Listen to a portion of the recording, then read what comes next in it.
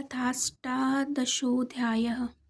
अर्जुन बोले, हे महाबाहो, हे अंतर्यामिन, हे वासुदेव, मैं संन्यास और त्याग के तत्व को पृथक पृथक जानना चाहता हूँ। श्री भगवान बोले, कितने ही पंडित जन तो काम्य कर्मों के त्याग को संन्यास समझते हैं। काम्य कर्म तथा दूसरे विचार कुशल पुरुष सब कर्मों के फल के त्याग को त्याग कहते हैं। कई एक विद्वान ऐसे कहते हैं कि कर्म पात्र दोष युक्त है, इसलिए त्यागने के योग्य है, और दूसरे विद्वान यह कहते हैं कि यज्ञ दान और तप रूप कर्म त्यागने के योग्य नहीं है। हे पुरुष श्रेष्ठ अर्जुन, संन्यास और त्याग, इन दोनों में से पहले त्याग के विषय में तू मेरा निश्चय सुन। क्योंकि त्याग सात्विक, राजस और तामस भेद से 3 प्रकार का कहा गया है। यज्ञ, दान और तप रूप कर्म त्याग करने के योग्य नहीं है, बल्कि वह तो अवश्य कर्तव्य है, क्योंकि यज्ञ, दान और तप ये तीनों ही कर्म बुद्धिमान पुरुषों को पवित्र करने वाले हैं। इसलिए हे पार्थ, इन यज्ञ, दान और तप रूप कर्मों को तथा और भी संपूर्ण कर्तव्य कर्मों को आसक्ति और फलों का त्याग करके अवश्य करना चाहिए। यह मेरा निश्चय किया हुआ उत्तम मत है। निषिद्ध और काम्य कर्मों का तो रूप स्वरूप से त्याग करना उचित ही है, परंतु नियत कर्म का स्वरूप से त्याग करना उचित नहीं है। इसलिए मोह के कारण उसका त्याग कर देना तामस त्याग कहा गया है। जो कुछ कर्म है वह सब दुख स्वरूप ही है, ऐसा समझकर यदि कोई शारीरिक क्लेश के भय से कर्तव्य कर्मों का त्याग कर दे, तो वह ऐसा राजस त्याग करके त्याग के फल को किसी प्रकार भी नहीं पाता। हे अर्जुन, जो शास्त्र विहित कर्म करना कर्तव्य है, इसी भाव से आसक्ति और फल का त्याग करके किया जाता है, वही सात्विक त्याग माना गया है। जो मनुष्य अकुशल कर्म से तो द्वेष नहीं करता और कुशल कर्म में आसक्त नहीं होता, वह शुद्ध सत्व गुण से युक्त पुरुष, संशय रहित, बुद्धिमान और सच्चा त्यागी है। क्योंकि शरीरधारी किसी भी मनुष्य के द्वारा संपूर्णता से सब कर्मों का त्याग किया जाना शक्य नहीं है, इसलिए जो कर्म फल का त्यागी है वही त्यागी है, यह कहा जाता है।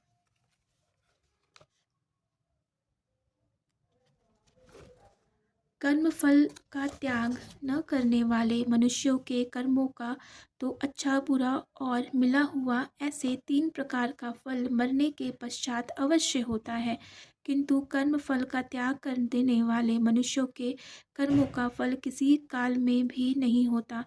हे महाबाहो, संपूर्ण कर्मों की सिद्धि के ये 5 हेतु कर्मों का अंत करने के लिए उपाय बतलाने वाले सांख्य शास्त्र में कहे गए हैं, उनको तुम मुझसे भली भांति जान। इस विषय में अर्थात कर्मों की सिद्धि में अधिष्ठान और कर्ता तथा भिन्न भिन्न प्रकार के कारण एवं नाना प्रकार की अलग अलग चेष्टाएं, और वैसे ही 5वां हेतु दैव, मनुष्य मन, वाणी और शरीर से शास्त्रानुकूल अथवा विपरीत जो कुछ भी कर्म करता है, उसके ये 5 कारण हैं। परंतु ऐसा होने पर भी जो मनुष्य अशुद्ध बुद्धि होने के कारण उस विषय में यानी कर्मों के होने में केवल शुद्ध स्वरूप आत्मा को कर्ता समझता है, वह मलिन बुद्धि वाला ज्ञानी यथार्थ नहीं समझता। जिस पुरुष के अंतःकरण में मैं करता हूँ ऐसा भाव नहीं है, तथा जिसकी बुद्धि सांसारिक पदार्थों में और कर्मों में लिपायमान नहीं होती, वह पुरुष इन सब लोगों को मारकर भी वास्तव में न तो मरता है, न तो मारता है, और न पाप से बंधता है। ज्ञाता, ज्ञान और ज्ञेय, ये 3 प्रकार की कर्म प्रेरणा है, और कर्ता, करण तथा क्रिया ये 3 प्रकार का कर्म संग्रह है। इसे पढ़े, प्लीज़ पढ़िए इसे।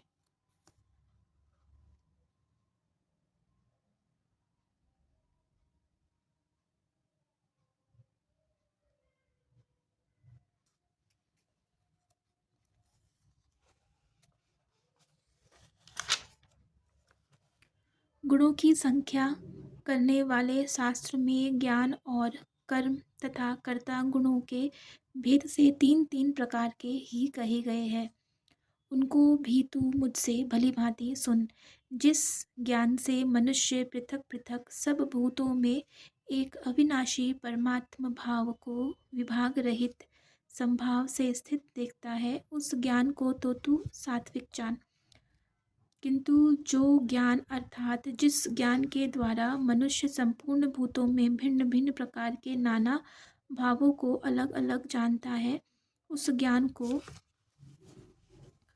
तू राजस जान। परंतु जो ज्ञान एक कार्य रूप शरीर में ही संपूर्ण के सदृश आसक्त है तथा जो बिना युक्ति वाला तात्विक अर्थ से रहित और तुच्छ है, वह तामस कहा गया है। जो कर्म शास्त्र विधि से नियत किया हुआ और कर्तापन के अभिमान से रहित हो तथा फल न चाहने वाला पुरुष द्वारा बिना राग द्वेष के किया गया हो, वह सात्विक कहा जाता है। परंतु जो कर्म बहुत परिश्रम युक्त होता है तथा भोगों को चाहने वाला पुरुष द्वारा या अहंकार युक्त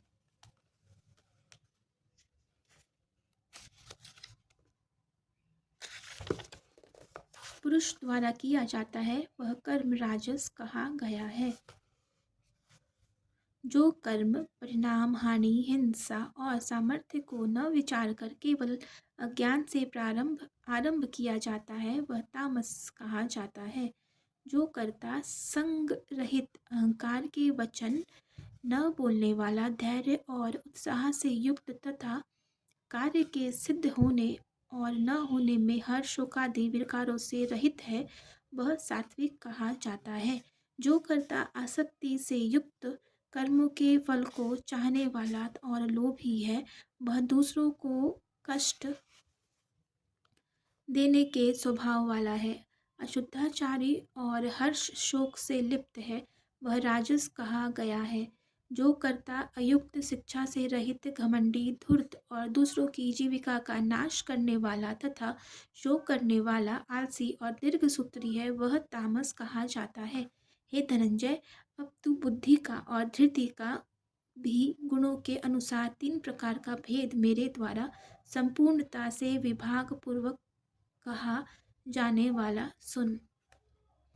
दीर्घसूत्री उसको कहा जाता है कि जो थोड़े काल में होने लायक साधारण कार्य को भी फिर कर लेंगे, ऐसी आशा से बहुत काल तक नहीं पूरा करता।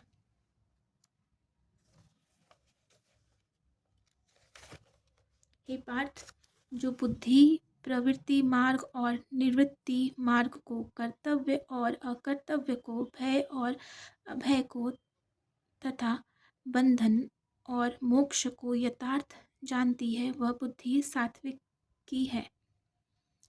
हे पार्थ, मनुष्य जिस बुद्धि के द्वारा धर्म और अधर्म को तथा कर्तव्य और अकर्तव्य को भी यथार्थ नहीं जानता, वह बुद्धि राजसी है।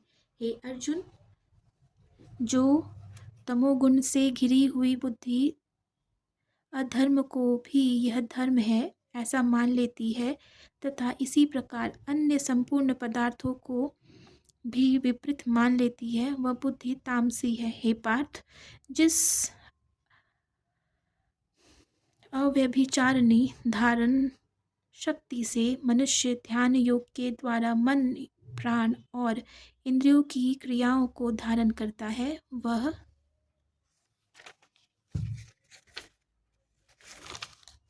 धृति सात्विकी है। परंतु हे पृथापुत्र अर्जुन, फल की इच्छा वाला मनुष्य जिस धारण शक्ति के द्वारा अत्यंत आसक्ति से धर्म अर्थ और कामों को धारण करता है, वह धारण शक्ति राजसी है। हे पार्थ, दुष्ट बुद्धि वाला मनुष्य जिस धारण शक्ति के द्वारा निद्रा भय चिंता और दुख को तथा को भी नहीं छोड़ता, अर्थात धारण किए रहता है, वह धारण शक्ति तामसी है। हे भरत श्रेष्ठ, अब 3 प्रकार के सुख को भी तू मुझसे सुन। जिस सुख में साधक मनुष्य भजन, ध्यान और सेवादि के अभ्यास से रमन करता है और जिससे दुखों के अंत को प्राप्त हो जाता है, जो ऐसा सुख है वह आरंभ काल में यद्यपि विष के तुल्य प्रतीत होता है, परंतु परिणाम में अमृत के तुल्य है। इसलिए वह परमात्म विषयक बुद्धि के प्रसाद से उत्पन्न होने वाला सुख सात्विक कहा गया है। जो सुख विषय और इंद्रियों के संयोग से होता है वह पहले भोग काल में अमृत के तुल्य प्रतीत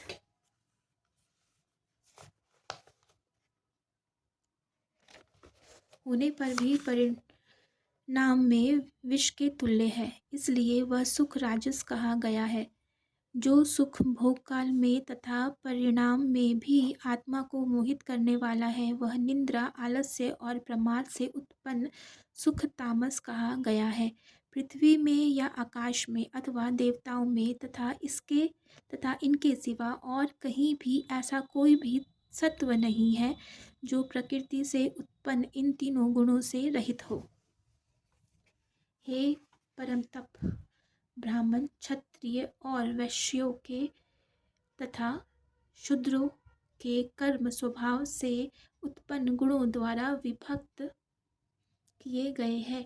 अंतःकरण का निग्रह करना, इंद्रियों का दमन करना, धर्म पालन के लिए कष्ट सहना, बाहर भीतर से शुद्ध रहना, दूसरों के अपराधों को क्षमा करना, मन, इंद्रिय और शरीर को सरल रखना, वेद, शास्त्र, ईश्वर और परलोक आदि में श्रद्धा रखना, वेद शास्त्रों का अध्ययन अध्यापन करना और परमात्मा के तत्व का अनुभव करना, ये सब के सब ही ब्राह्मण के स्वाभाविक कर्म है।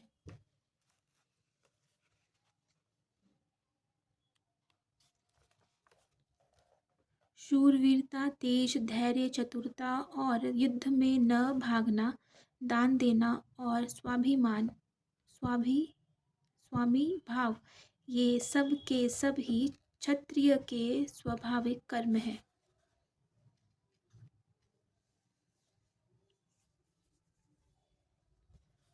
खेती, गोपालन और क्रय विक्रय रूप सत्य व्यवहार, ये वैश्य के स्वाभाविक कर्म है तथा सब वर्णों की सेवा करना शूद्र का भी स्वाभाविक कर्म है। अपने अपने स्वाभाविक कर्मों में तत्परता से लगा हुआ मनुष्य भगवत प्राप्ति रूप परम सिद्धि को प्राप्त हो जाता है। अपने स्वाभाविक कर्म में लगा हुआ मनुष्य जिस प्रकार से कर्म करके परम सिद्धि को प्राप्त होता है, उस विधि को तू सुन। जिस परमेश्वर से संपूर्ण प्राणियों की उत्पत्ति हुई है और जिससे यह समस्त जगत व्याप्त है, उस परमेश्वर की अपने स्वाभाविक कर्मों द्वारा पूजा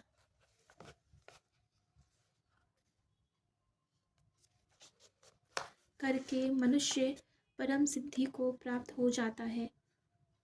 अच्छी प्रकार आचरण किए हुए दूसरे के धर्म से गुण रहित भी अपना धर्म श्रेष्ठ है, क्योंकि स्वभाव से नियत किए हुए स्वधर्म रूप कर्म को करता हुआ मनुष्य पाप को नहीं प्राप्त होता। अतएव हे कुंती पुत्र, दोष युक्त होने पर भी सहज कर्म को नहीं त्यागना चाहिए, क्योंकि धुएं से अग्नि की भांति सभी कर्म किसी न किसी दोष से युक्त है। सर्वत्र आसक्ति रहित बुद्धि वाला, स्पृहा रहित और जीते हुए अंतःकरण वाला पुरुष सांख्य योग के द्वारा उस परम नैष्कर्य सिद्धि को प्राप्त होता है, जो कि ज्ञान योग की परानिष्ठा है। उस नैष्कर्म्य सिद्धि को जिस प्रकार से प्राप्त होकर मनुष्य ब्रह्म को प्राप्त होता है, उस प्रकार को हे कुंती पुत्र तू संक्षेप में ही मुझसे समझ।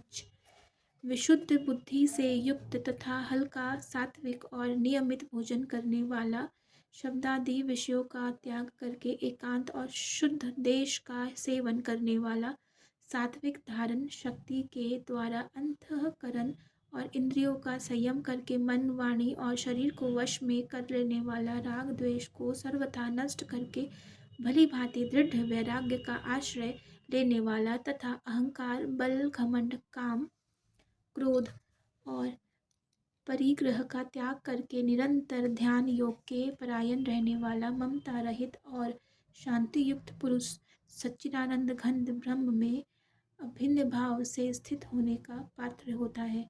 फिर वह सच्चिदानंद घन ब्रह्म में एकाकी भाव से स्थित प्रसन्न मन वाला योगी न तो किसी के लिए शोक करता है और न किसी की आकांक्षा ही करता है। ऐसा समस्त प्राणियों में समभाव वाला योगी मेरी पराभक्ति को प्राप्त हो जाता है।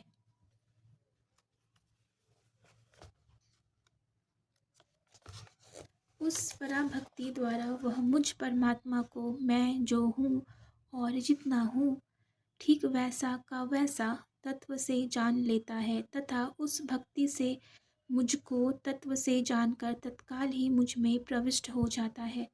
मेरे परायण हुआ कर्मयोगी तो संपूर्ण कर्मों को सदा करता हुआ भी मेरी कृपा से सनातन अविनाशी परम पद को प्राप्त हो जाता है। सब कर्मों को मन से मुझ में अर्पण करके तथा समबुद्धि रूप योग को अवलंबन करके मेरे परायण और निरंतर मुझ में चित्त वाला हो। उपयुक्त प्रकार से मुझ में चित्त वाला होकर तू मेरी कृपा से समस्त संकटों को अनायास ही पार कर जाएगा और यदि अहंकार के कारण मेरे वचनों को न सुनेगा तो कष्ट हो तो नष्ट हो जाएगा अर्थात परमार्थ से भ्रष्ट हो जाएगा।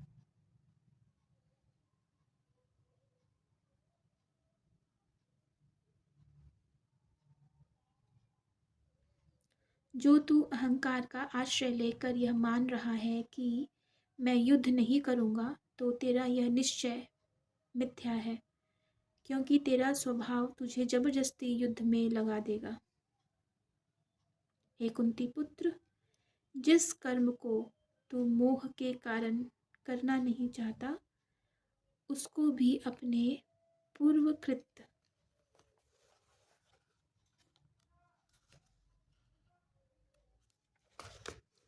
स्वाभाविक कर्म से बंधा हुआ परवश होकर करेगा। हे अर्जुन, शरीर रूप यंत्र में आरूढ़ हुए संपूर्ण प्राणियों को अंतर्यामी परमेश्वर अपनी माया से उनके कर्मों के अनुसार भ्रमण कराता हुआ सब प्राणियों के हृदय में स्थित है। हे भारत, तू सब प्रकार से उस परमेश्वर की ही शरण में जा। उस परमात्मा की कृपा से ही तू परम शांति तथा सनातन परम धाम को प्राप्त होगा। इस प्रकार यह गोपनीय से भी अति गोपनीय ज्ञान मैंने तुमसे कह दिया। अब तू इस रहस्य युक्त ज्ञान को पूर्णतया भली भांति विचार कर जैसे चाहता है वैसे ही कर। संपूर्ण गोपनीयों से अति गोपनीय मेरे परम रहस्य युक्त वचन को तू फिर से सुन। तू मेरा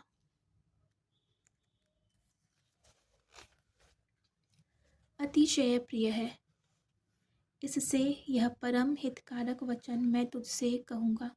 हे अर्जुन, तू मुझ में मनवाला हो, मेरा भक्त बन, मेरा पूजन करने वाला हो और मुझको प्रणाम कर।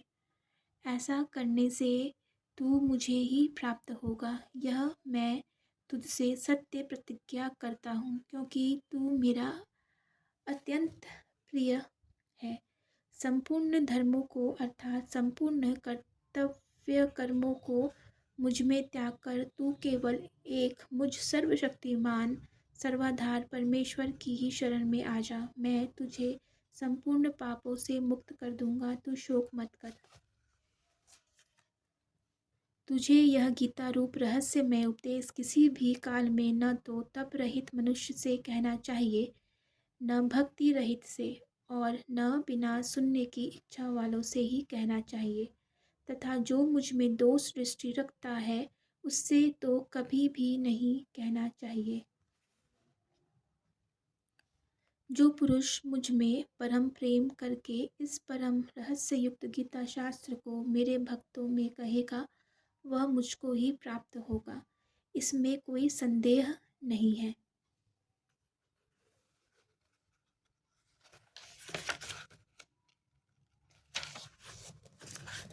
उससे बढ़कर मेरा प्रिय कार्य करने वाला मनुष्यों में कोई भी नहीं है, तथा पृथ्वी भर में उससे बढ़कर मेरा प्रिय दूसरा कोई भविष्य में होगा भी नहीं। जो पुरुष इस धर्म में हम दोनों के संवाद रूप गीता शास्त्र को पढ़ेगा, उसके द्वारा भी मैं ज्ञान यज्ञ से पूजित हो जाऊंगा, ऐसा मेरा मत है। जो मनुष्य श्रद्धा युक्त और दोष दृष्टि से रहित होकर इस गीता शास्त्र का श्रवण भी करेगा, वह भी पापों से मुक्त होकर उत्तम कर्म करने वालों के श्रेष्ठ लोकों को प्राप्त होगा। हे पार्थ, क्या इस गीता शास्त्र को तूने एकाग्र चित्त से श्रवण किया? और हे धनंजय, क्या तेरा अज्ञान जनित मोह नष्ट हो गया? अर्जुन बोले, हे अच्युत, आपकी कृपा से मेरा मोह नष्ट हो गया और मैंने स्मृति प्राप्त कर ली है।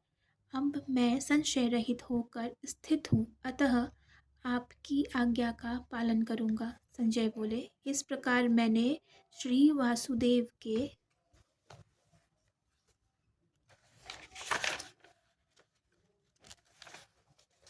और महात्मा अर्जुन के इस अद्भुत रहस्य युक्त रोमांचकारक संवाद को सुना। श्री व्यास जी की कृपा से दिव्य दृष्टि पाकर मैंने इस परम गोपनीय योग को अर्जुन के प्रति कहते हुए स्वयं योगेश्वर भगवान श्री कृष्ण से प्रत्यक्ष सुना। हे राजन, भगवान श्री कृष्ण और अर्जुन के इस रहस्य युक्त कल्याणकारक और अद्भुत संवाद को पुनः पुनः स्मरण करके मैं बार बार हर्षित हो रहा हूँ।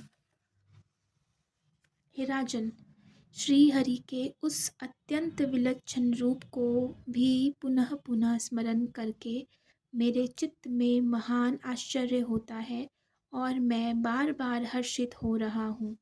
हे राजन, जहाँ योगेश्वर भगवान श्री कृष्ण है और जहाँ गांडीव धनुषधारी अर्जुन है, वहीं पर श्री विजय विभूति और अचल नीति है, ऐसा मेरा मत है।